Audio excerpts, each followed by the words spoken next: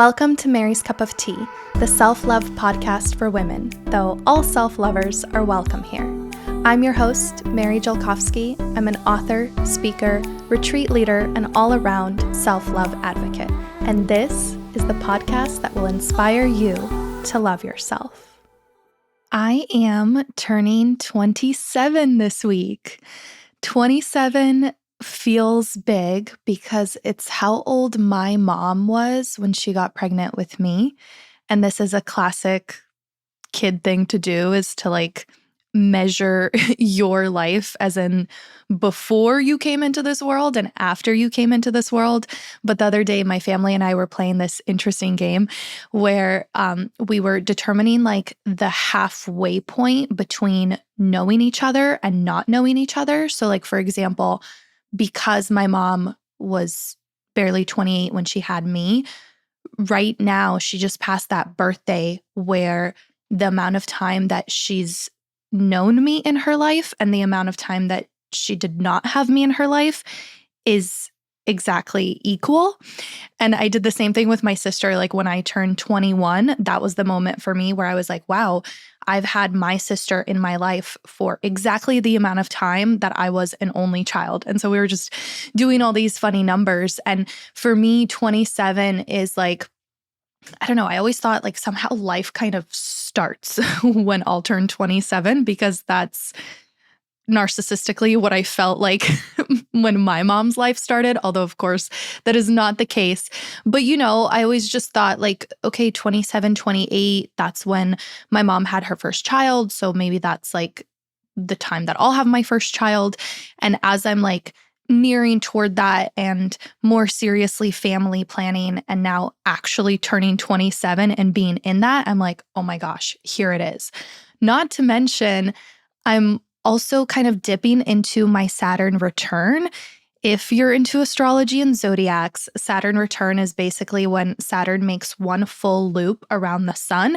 So it's basically your first Saturn birthday, and it happens every 27 to 29 years. So you will hit it again in your 50s. But the way that my chart is working out right now, and this is confirmed by my astrologist friend, is basically Saturn dips in its return between, I think, April and June of this year, my 27th year. And then it's going to really full-blown return when I'm closer to 29. So right now I'm going to get a little taste of what a Saturn return is like, which is notorious for big changes, transitions, a lot of realignment, putting you on the path that you're ultimately meant to be on, whether you like it or not. So they say that Saturn will kind of course correct. So if you are where you're meant to be, your late 20s will really propel you forward. They will expedite that process. But if you are not exactly where you're ultimately meant to be on, the path that you're meant to be on in your 30s, then Saturn will ruthlessly redirect you. So I'm a little bit nervous, but also excited. I hope that for me, if it's similar to my mom's journey, maybe that's when I'll have my first child. But who knows? I really love the saying, if you want to make God laugh, tell her your plans. But nevertheless, in today's podcast episode, I was thinking about doing something basic 27 things I've learned in 27 years around the sun, but that just felt overdone to me. So instead, I wanted to tease out 7 self-love learnings that I am intentionally, deliberately taking with me into my late 20s. These are things that I've had to learn in a big way in my early 20s, but also some of them I feel I'm just scraping the surface of, and I have a feeling that these themes are going to be even bigger for me in my late 20s, and hopefully they will provide some inspiration for you, tools, food for thought, as far as self-love teachings, little mantras, lessons that you can also carry with you. Or if you completely disagree with me, again, that is also information. That's I completely disagree with Mary. I'm going to do my own thing. And in that sense, you also got clarity. So, in any case, before we dive in, I wanted to read a positive review that I just received last week. And these mean so much to me and would honestly be like the best birthday present ever is if I could wake up on my 27th birthday and have some more podcast reviews come in. I'm just really hoping to grow the podcast. As always, it's kind of plateaued the past year, and these reviews, it takes like 30 seconds for you, but means the world for me. So I'd really, really appreciate it. This reviewer said, I can't remember how I came across this podcast, but I'm so grateful I did. Mary has such a down-to-earth, non-judgmental, and friendly vibe. Her topics are so helpful and practical. Thank you so much. I hope to continue in that regard. Okay, so the 7 teachings and learnings that I'm picking out. Number 4, just so you know what we're in store for. Number 4 is my personal favorite, the one that I'm going to go the deepest into. And then number 6 is probably the most confronting, or something that I feel reluctant to learn, but I'm constantly being reminded of against my will. And number 7 is where we'll hopefully end on an uplifting note. So real quick before I dive in, for the sake of like honesty and transparency, if you're hanging out with me on video, I started recording video and posting that to Spotify podcasts and YouTube. So if you're watching on video, I am comfy, cozy, contemplative energy right now. I had every intention of being sparkly and celebratory and like dressing up for you for this podcast episode to celebrate my birthday. But I woke up with, well, I didn't wake up with it. It has been chronic, but today has just been debilitating. My lower back hurts like crazy. I was in tears. It like makes me nauseous. I was like dry heaving because the pain, it just takes your breath away. I have a physical therapy session right after this, but if you see me like shifting around, being a little ako taco, it's because I'm legitimately in so much pain, which like how emblematic of late 20s. At what age? For me, it was like 26, where you start just feeling unexplained ailments, unexplained lower back pain, and the kind of pain that actually like affects your life, and dare I say chronic pain. I really hope that I can get this figured out, especially before I get pregnant. But I'm not going to lie, it's giving me a little bit of anxiety. So if you're dealing with any kind of chronic pain or chronic condition, I am feeling you on a whole nother level right now. So I'm just sending extra love to that. Okay, let's dive into the 7 self-love lessons that I'm carrying into my 27th birthday. Self-love, to me, is simultaneously about returning home to yourself, knowing that you don't need fixing, that mainly what it's about is kind of unlearning a lot of societal conditions. And there is a part where self-love involves creating a new sense of self. So it is both about like shedding limiting beliefs, shedding societal conditioning, letting go of all that bullshit, and creating, welcoming in, inviting, attracting, becoming who you want to be. I think when I see internet content around self-love, it's kind of split into 2 camps. The first camp is like really radical self-acceptance. It's like, you don't need to do anything to fix yourself. Self-love is just about existing as you are. And I completely agree with that. But then there's another camp where people say self-love is about becoming the best version of yourself, about the glow up, about who you see yourself to be, and like who you want to become, right? And at first, for a long time, I felt so torn because there's times where I need that energy of like, I just want to exist and be and not feel like I have to change myself after so many years of like toxic self-improvement, specifically when it comes to like image appearance. But then there's times where I get this energy and motivation where I'm like, I know I can do better. I know I have potential. I know I have some goals, some aspirations, and I want to chase those dreams. And I want to be this version of myself that I, yearn for in my mind. And anytime you find yourself comparing yourself to somebody else, that's just a little sign that you see your potential, or maybe your unlived potential, in that person too. So for a long time, I was like, okay, like which one is it? And then I always come back to that meme from The Emperor's New Groove. You know, the one where you can just search it in your phone right now. If you go to like Giphy in your text messages and you search both Emperor's New Groove, and it's like the two characters, they're like, both. Both is good. Both. And I just think about that image in my mind. It's both. It's always both. A lot of the times when you're torn about anything in your life, like what if the answer is both, a little bit of both, a lot of both, a little more of this one, a little less of that one. But again, depending on like the season and energy of life that you're in right now.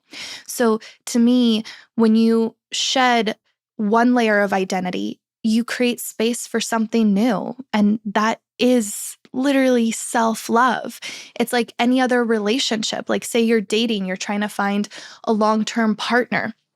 I would say that a healthy way to approach this is both about learning to be alone, learning to enjoy your own company, really just sitting with yourself and what it's like to be single, and opening yourself up to somebody who organically fits into your life, putting yourself out there, taking some emotional risks, getting to know other people. Like otherwise, you're never going to find a long-term partner, and you don't have to be extreme one way or another.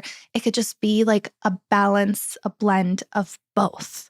Self-love is both about unlearning and relearning. Some of the things that I've had to unlearn and relearn, for example, is like we are unlearning diet culture and relearning how to feed ourselves.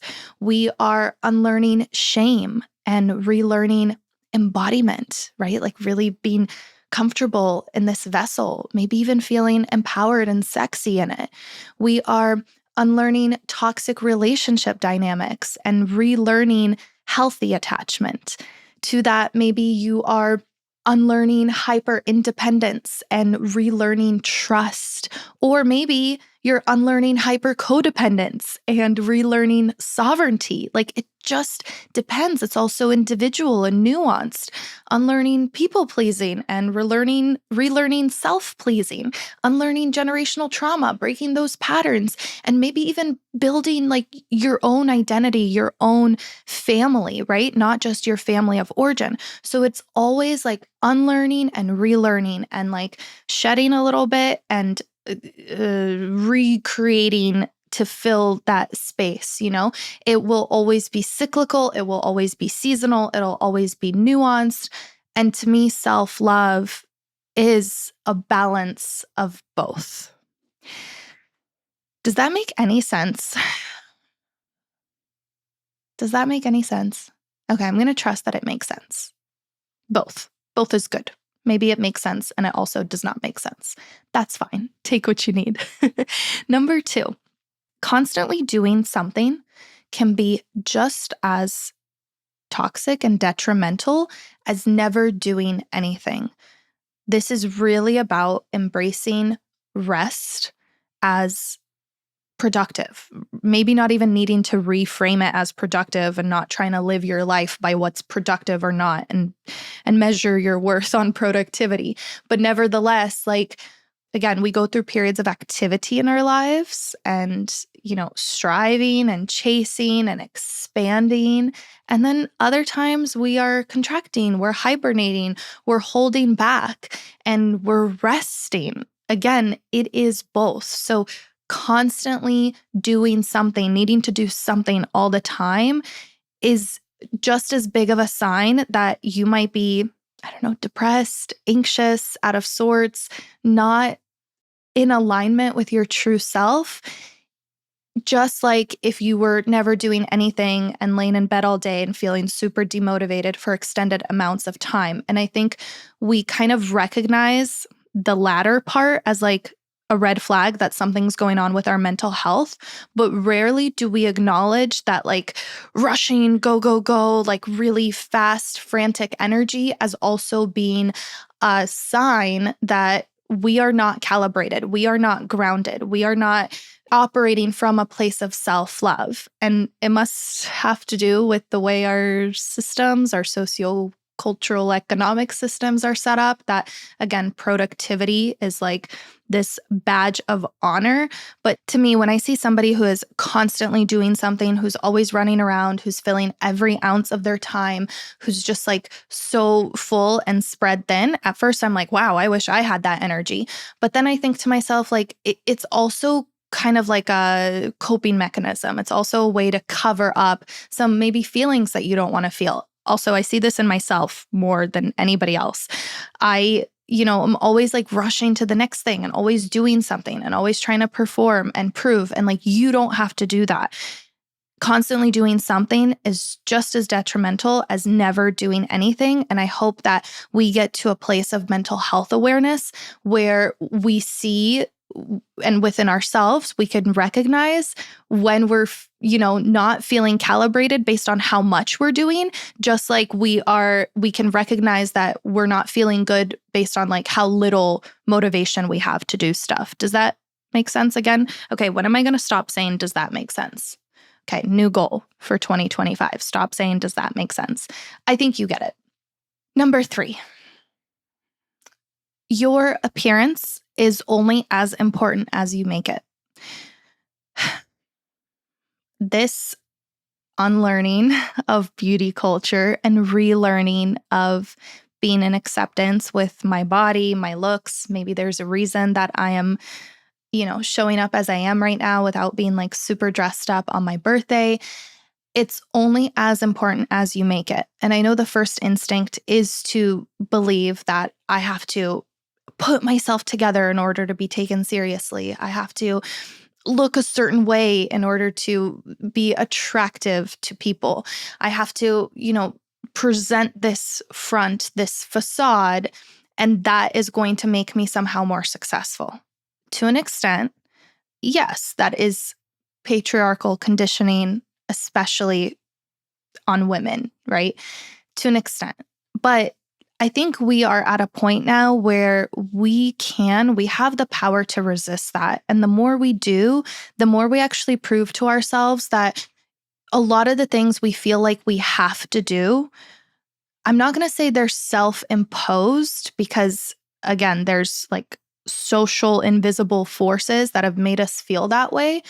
But we also have a lot more agency and autonomy than we think we do. And every time we show up as our natural selves, every time you think about getting lip filler and then decide not to and save your money and listen to something like this podcast instead, that is a small act of resistance. And that's not just for yourself. That's also for like collective female empowerment too. Anytime I see somebody without lip filler, for some reason, I'm like, you get it.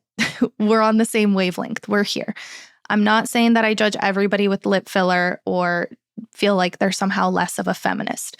Absolutely not. I have so many friends who do all sorts of things, and I've been tempted myself to do all kinds of things, especially as I hit my later 20s and I'm starting to notice things on my face that haven't been there before, or, my boobs being a little bit lower on my torso than they have before. Like, all of these are real thoughts.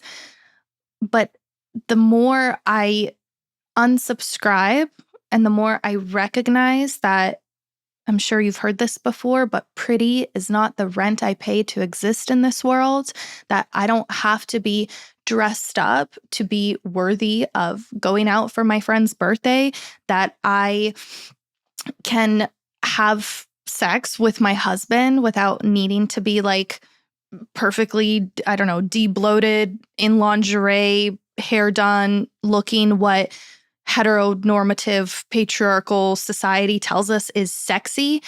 The sexier I actually feel, because again, when we're unlearning, we also have to relearn. So you can't just expect to unlearn beauty standards unless you also consciously make an effort to defy those beauty standards. Otherwise, you're always going to feel victim to it. So for me, that looks like, I call it tone it down. This comes from Dr. Renee England's work. She wrote the book called Beauty Sick, and she talks about how our whole society culture is beauty sick. The obsession with female bodies and appearance is making all of us so sick, and our perception of what's normal is so skewed. But she suggests that instead of, again, you don't have to be super extreme to some extent, like we're all kind of perpetuating certain norms, right? And some of them are a lot harder to unsubscribe from than others. But maybe there are small things that you don't care about as much that you can let go of. A non-exhaustive list for me, for example, is I very, very rarely wax my eyebrows. And it's been kind of like this FU because I've always been so insecure about my bushy eyebrows and just like hair in general, like Jewish girl hair everywhere. So very rarely do I wax my eyebrows. And then to that, like very rarely do I also shave my legs. And if I do, I use a trimmer, like even down there. I don't press a razor to my skin ever anymore. Like razors is something that I've parted with. And I know it's, not shaving completely. I'm sorry. I'm not there yet. Like I'm not there yet. Maybe one day I will rock a 70s bush. But right now, not pressing a razor to my skin feels like a small act of beauty resistance because it takes me so much less time to trim than it does to shave. I feel like I'm saving time, saving money, not contributing to plastic waste with razors. Like it's just been so much better. There's a lot of like other little things where I unsubscribe from beauty culture. And I'm wondering, what are those things for you? How can you tone down your consumption of beauty? I don't really follow any beauty influencers either. I don't follow any like celebrity beauty people. Like you can go through who I follow and you will not see Kim Kardashian or Hailey Bieber or any of these like typical like beauty inspos. That's just a big solid no for me. But what is on your list of toning down your, is it an addiction to beauty or toning down our, let's call it attachment to beauty and beauty culture? I highly, highly recommend a Substack newsletter by Jessica DeFino. And she writes about exactly this, beauty culture, how it's all fake, how it's all made up. It just really puts stuff in historical and economic perspective. It's actually kind of crazy how brainwashed we are to believe that this stuff is like natural and it's a part of life and it just objectively looks good. That couldn't be farther from the truth. Like what objectively looks good has changed throughout time and place, and it depends on a lot on oppression and keeping people oppressed, not just women, but there's also race and class that goes into that. So the more you start learning, the less you want to, at least the less compelled I feel to contribute to it. Or at the very least, you're a little bit more aware and you take a second to like pause, breathe, and ask yourself, who am I doing this for? Is it necessary? Is it worth this amount of time, money, energy, attention? Is there somewhere else that I could put my precious mental real estate? And those questions sometimes fuck me up, honestly. Highly, highly recommend the episode with Dr. Renee England. I've had her on the show 2 times. Anything I recommend, I'm usually pretty good about linking it in the description. So feel free to go over there and check it out. So anyway, number 3, a self-love lesson that I'm taking into my late 20s, to reiterate, is that your appearance is only as important as you make it. Number 4, this is the one that I've thought most deeply about for this podcast episode, and one that feels quite revolutionary. Your insecurities, once embraced, become your greatest strengths. Your insecurities, once embraced, become your greatest strengths. If you feel insecure about anything, about your personality, your looks, your life, chances are that if you were to lean into it, double down on it, embrace it, really own it, chances are that that's where your power is. That is like the key to unlocking exactly who you need to be to kind of like reach this next evolved version of yourself. Anything you can think of. Like for me, it's Mary, you talk too much. Like you just cannot shut the fuck up. I've mentioned this so many times on the podcast before as a big insecurity of mine. It still is. But I also am talking to a wall right now. Like I'm literally just sitting here and talking to myself. And somehow it's given me this insane, amazing opportunity to reach thousands of people through this like audio video channel that are listening on the other end that maybe you do think that I talk too much, but you're still listening. You know what? You're still here. And that's kind of a win because as somebody who my whole life, I've just always trying to be too cool for school, apathetic, like don't really care to talk or communicate, kind of put on this, I don't know, intimidating front because I was just so scared to connect and be vulnerable to now, a decade later since being that kind of teenager, really embracing like this bubbly, warm, like chatty, talkative, like saying shit out of my ass sometime and like being a little bit awkward and stumbling over my words. And the more I try to talk to make a situation better, the worse it gets. And it's almost laughable, like the amount of weird stuff that I say if you were to hang out with me in real life. But somehow like this has become my thing, like podcasting, writing words, like I'm a wordy, nerdy girl. And I've kind of am learning a little bit to like that about myself, or at the very least to not flagellate myself over it.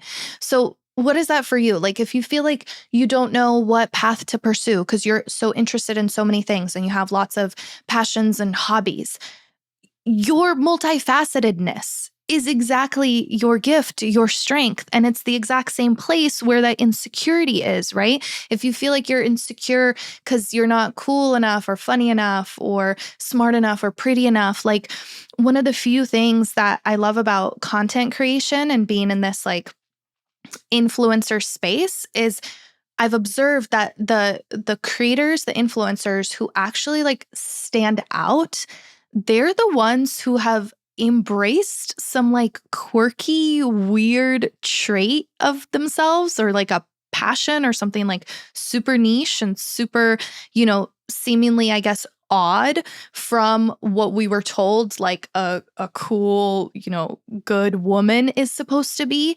And then when they defy all the odds, defy all those stereotypes, like fully lean in and double down, that's when they're magnetic as fuck. That's when they're like so much fun to follow. That's when their creativity shines through.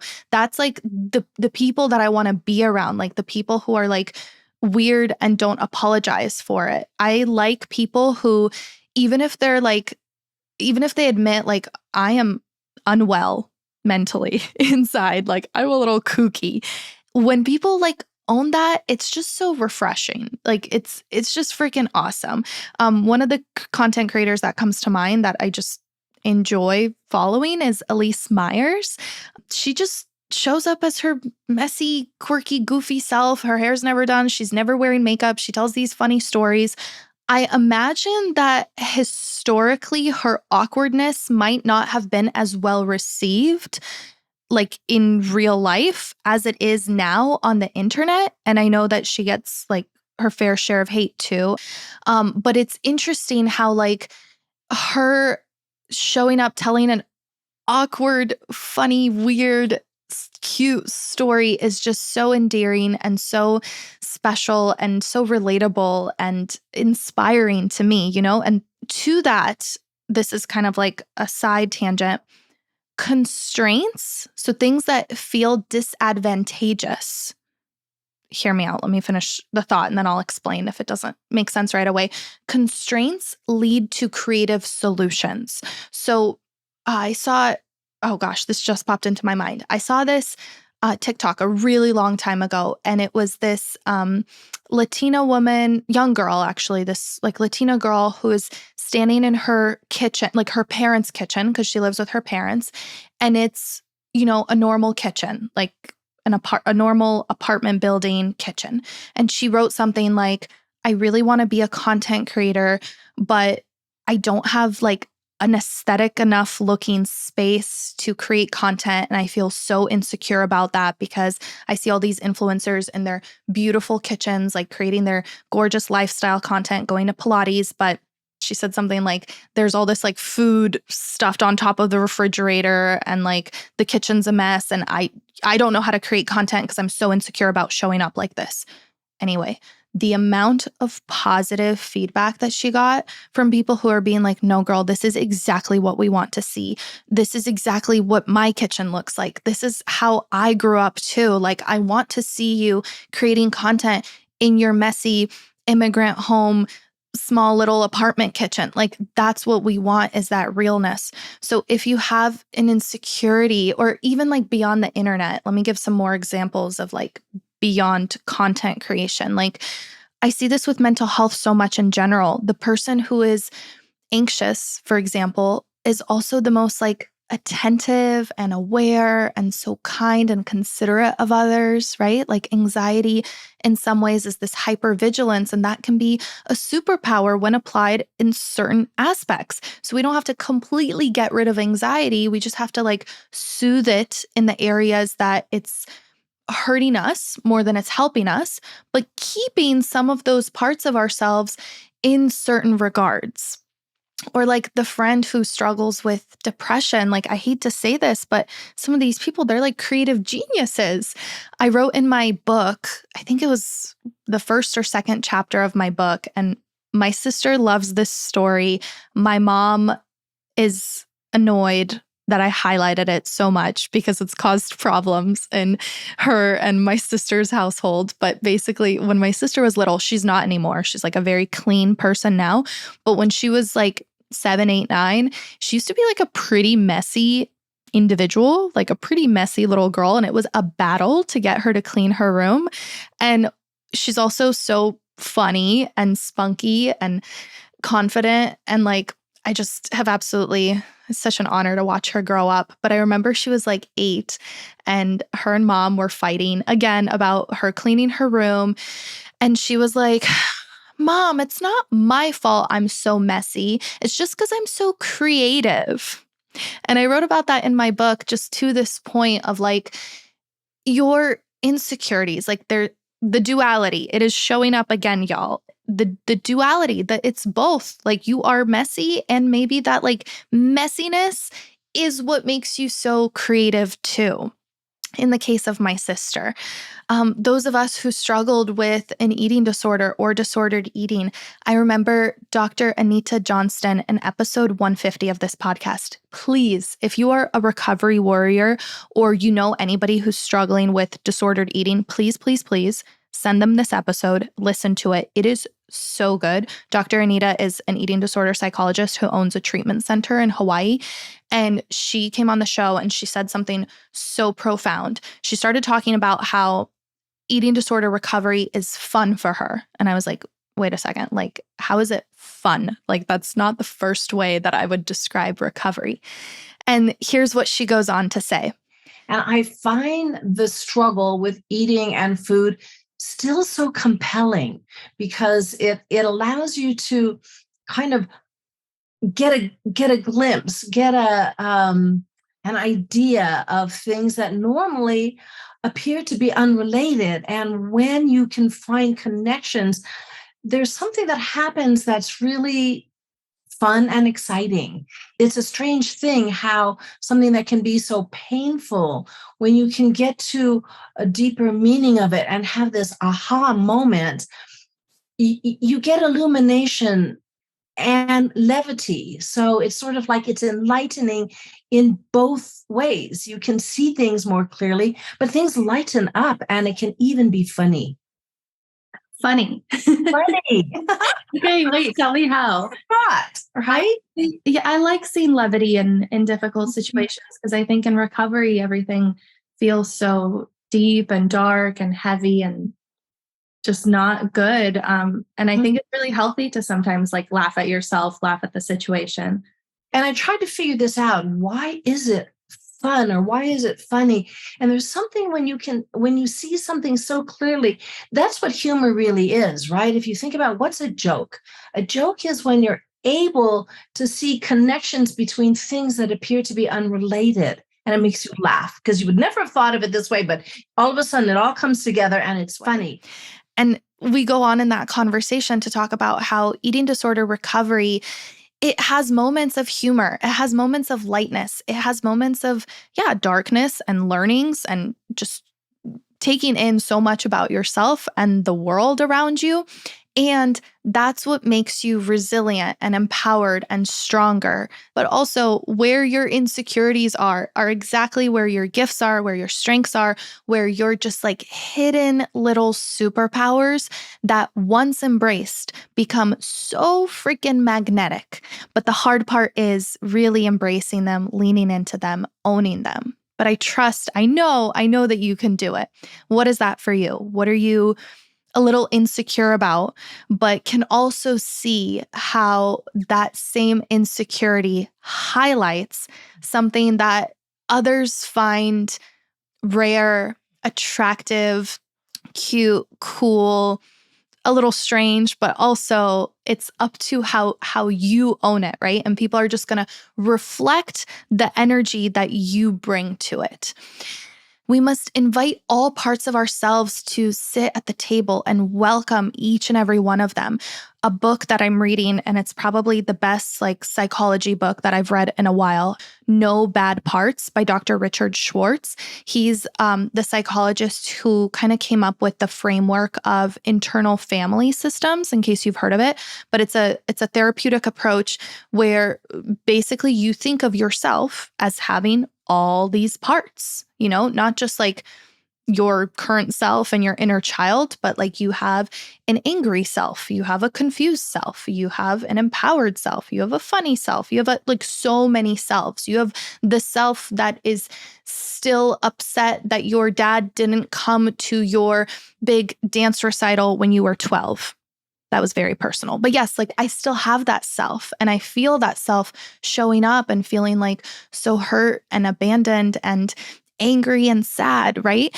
But that self needs to be just as welcome at the table as the part of me that hosts retreats for women and has them come from all over the world and leads these transformational workshops and talks about confidence and empowerment and self-love. That is also a part of me. And one does not negate the other. We must welcome all of them. And that's what creates this holistic, well-rounded, fully, I'm not going to say healed, but I'm going to say embodied self. So where your insecurities are, that's exactly where your strengths and gifts are. I cannot understate how firmly I believe that. Okay. Number 5, I'll keep this one short because mainly I'm still kind of in the thick of learning it.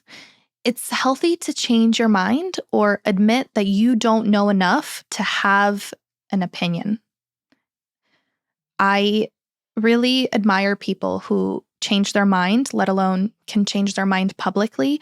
Malcolm Gladwell, one of my favorite behavioral economists, he actually wrote the book, David and the Goliath, which inspired that whole idea of how your weaknesses can become your strengths. But another book that he wrote is called The Tipping Point, and it basically studies businesses or trends or big movements and how they got big. So one of the case studies in that book, for example, is Vans. Why did everybody all of a sudden start wearing Vans in the 90s and still do till this day? So what's that tipping point, economically speaking? Also one of my favorite books. But same guy, Malcolm Gladwell.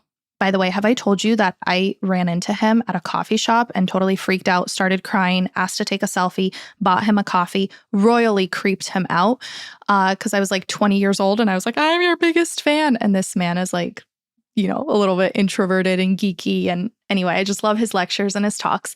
He just came out with a brand new TED Talk, TED on the big stage TED. And the title of that TED Talk is called What I Got Wrong in the Tipping Point. And he literally goes into that talk admitting the research that he messed up, how he presented it poorly, apologized to the communities that he hurt by presenting it in this negative way, and basically amends his opinion some 15 years later, publicly on the big TED stage. And his not just courage to publicly do this, but I think even privately, the courage to admit that I'm wrong, or I'm changing my mind on this, or we have new information and thus I'm able to inform a better, well-rounded opinion based on the new information that I didn't have before. I did my best back then, but now I can do better than my best back then with that new information. I think that is just so powerful. So one thing I try to live by is strong opinions. I do have strong opinions, but I hope that they will be rather loosely held, meaning, please change my mind. Please prove me wrong. I hope a Donald Trump presidency is better than I think it will be. Change my mind on that. I don't want to be right, and I think a lot of times people want so badly to be right that they will sacrifice everything, including their own well-being, their own relationships, just to prove a point. And I don't know if that's serving anybody. You know what I mean? I almost feel like that's another way of losing. So I want to have strong opinions. I research the crap out of things, to the point of exhaustion. And I also want to have that ability, that flexibility to change my mind as new information presents itself, as I seek new, greater, expanded perspectives. Number 6, this is the one that I mentioned might be a little bit confronting. Anytime you admire someone, those same traits are within you. Anytime you hate on someone, those same traits are also within you. So perception is projection. Our judgments of others carry very important intel about ourselves. How you see somebody else, what you judge about them, what you admire about them, what you don't like about them, there's a little part of yourself that also has that. So it's dual in nature. Wow. We should just rename this episode Duality, because that is the entire theme through every single point that I'm discussing. Maybe that's just the theme of my life right now. But it is both the light you see in others is shining within you too. So yes, you are as amazing as you think that person you compare yourself to is.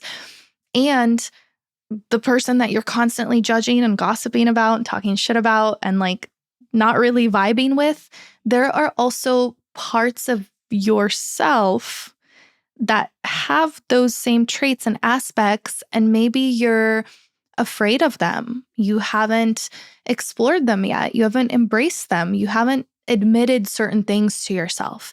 And I think that is ultimate self-awareness, is when you can go from judging someone else to being wait, this is actually a judgment of myself too. And the only reason I'm so worked up about this situation or this person is because I sense a little something that feels a little too familiar. And I do not like that. I'm not willing to admit that to myself. So it's a lot easier to just hate on them, right?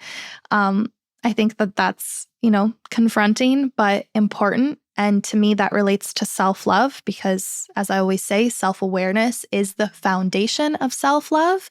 And if we're welcoming all parts of ourselves to the table, if we are embracing our insecurities and seeing how they are the gateway to our strengths, then maybe some of that information can be discovered by observing the way that we judge others, interact with others, what we admire or see in others, because that shit is also within too. Okay, the last one, number 7 of the 7 self-love lessons that I'm taking into my late 20s.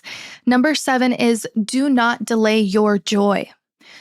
Do not delay your joy. A lot of the times we think that any kind of self-healing growth journey has a destination where once reached, then we will be happy. Then we will be confident. Then we will be free to pursue what we want. And we're going to find the partner of our dreams. And we're going to build this house and this life. And it's going to be perfect. And I'm so sorry if I've ever contributed to this myth, because obviously I promote self-love as a very important mindset, belief, way of being and living.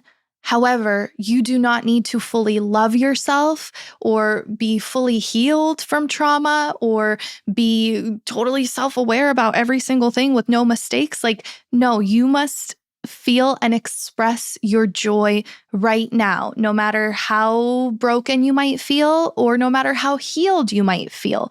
Do not delay your joy. Joy is meant to be felt amid pain. Wow. There's that duality factor again.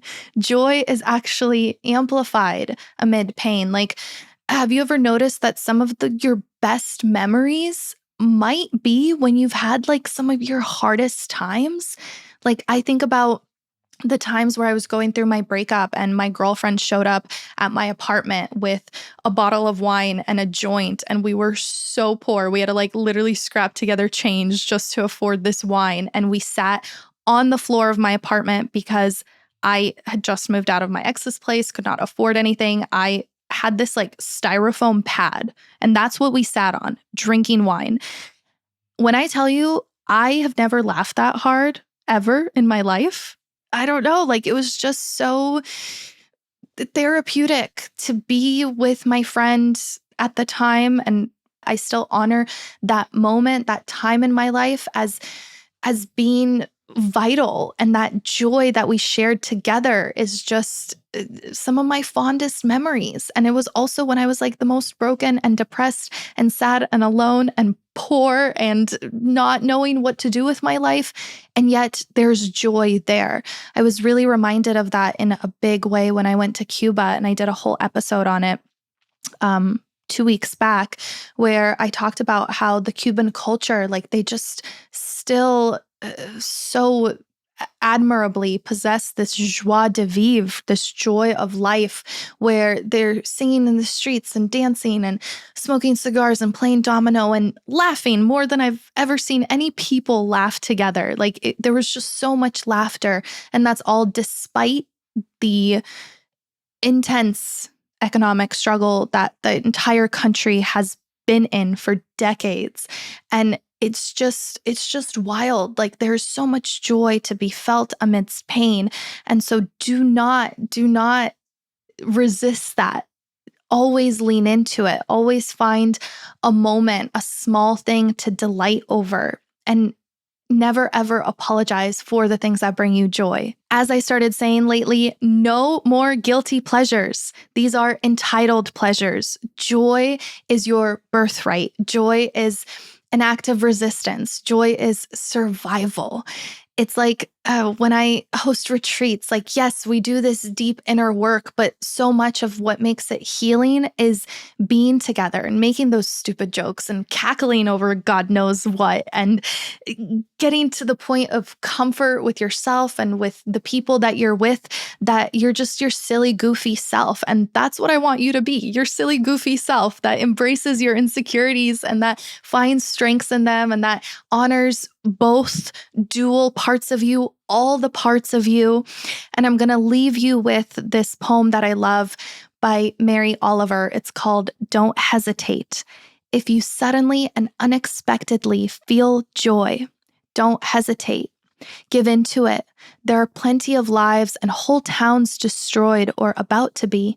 We are not wise and not very often kind.